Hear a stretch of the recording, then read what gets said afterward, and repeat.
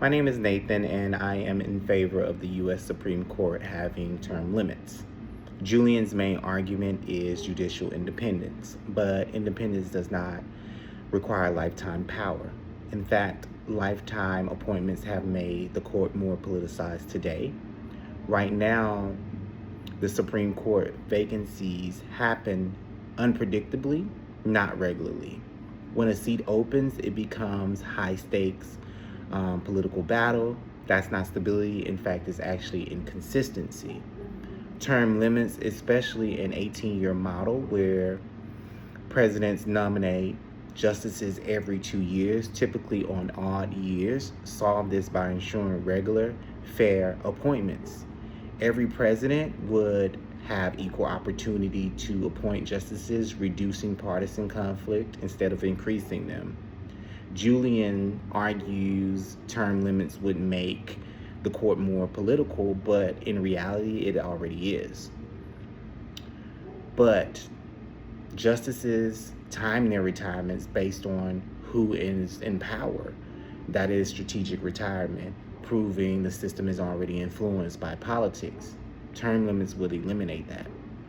Now, I want to talk about credibility and trust. Support for term limits, not just public, exists within the legal community as well. According to a survey discussed by the National Judicial College, 399 judges were polled, and that's 57.5% who supported an 8-year term limit compared to 42.5% who opposed the term limit. This is a majority of judges, those who understand the system supporting the reform.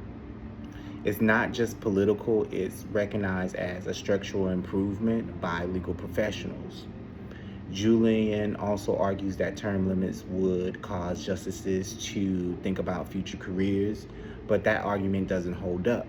Presidents, lawmakers, and other judges serve limited terms and still uphold their responsibilities. Ethics rules exist and can be strengthened if needed. Next, the example of Brown versus the Board of Education was used. Yes, it was an unpopular decision, but it was based on the Constitution. Term limits do not change the Constitution, and they do not remove justices' duty to uphold it.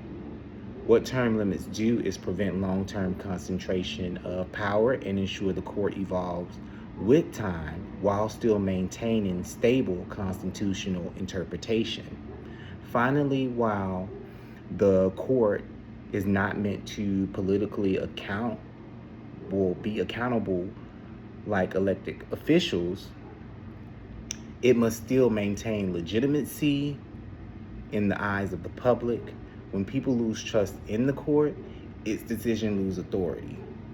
Term limits strike a balance. They preserve independence, they reduce political manipulation, and they restore trust in the public. In conclusion, term limits would not weaken the Supreme Court. They would strengthen it. They would reduce partisanship, eliminate strategic retirement, and create a fair and predictable system for appointments. For these reasons, the U.S. Supreme Court should have term limits. Thank you.